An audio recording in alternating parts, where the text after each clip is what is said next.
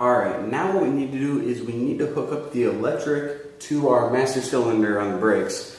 Now, there are a lot of different reasons why you need electricity going to your brakes.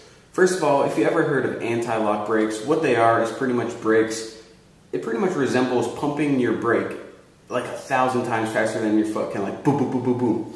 And whenever you do this, then what it does is it helps to prevent skidding and stuff. So whenever you have anti-lock brakes, you need electric because there's a solenoid in your brakes, and what it does is it releases that brake or hydraulic brake fluid in short little bursts.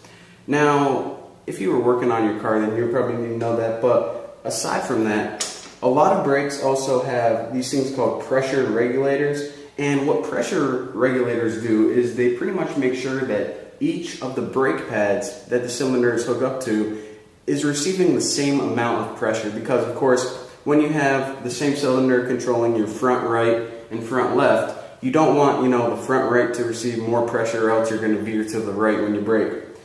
Aside from that, if you're working on a huge vehicle like a truck or something, or a car, I guess, they have power brakes, and what a power brake does is whenever you're pressing the brake itself, it pretty much just amplifies this pressure, and it pretty much takes whatever pressure you're doing, amplifies it, and then it increases the amount of power going to the brakes. But this thing right here, what we're about to hook up, all this is a little brake indicator, which basically is a sensor that waits for you to press the brake, and once it does, it's gonna kick off the sensor and pretty much complete the circuit. And then whenever we install the roll bar, you can see that there are little lights on the top. Pretty much whenever you hit your brakes and the brake lights come on, that's what this is right here.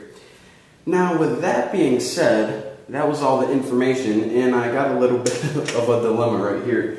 Usually they have on the cylinder right here symbols that'll tell you which one of these wires go where. So I looked at it and I noticed that these, you probably can't see it on YouTube, but the symbols are actually in Chinese. So I don't know which one goes where, to be completely honest. So I guess what I have to do is pretty much just screw these in randomly, unless I want to learn Chinese or something. So I'm just going to go ahead and screw these in randomly. Hey, I got a 50-50 shot at this.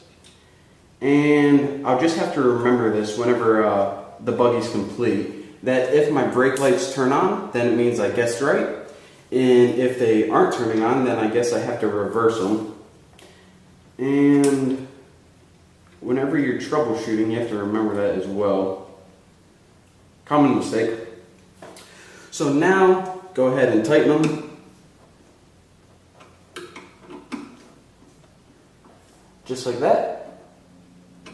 And now this little pressure sensitive electric switch in here can now recognize whenever you're putting pressure on the brakes, and it says, okay, aside from moving the fluid through the brake lines, it says, okay, now I'm going to kick off that light in the back, and brake lights complete.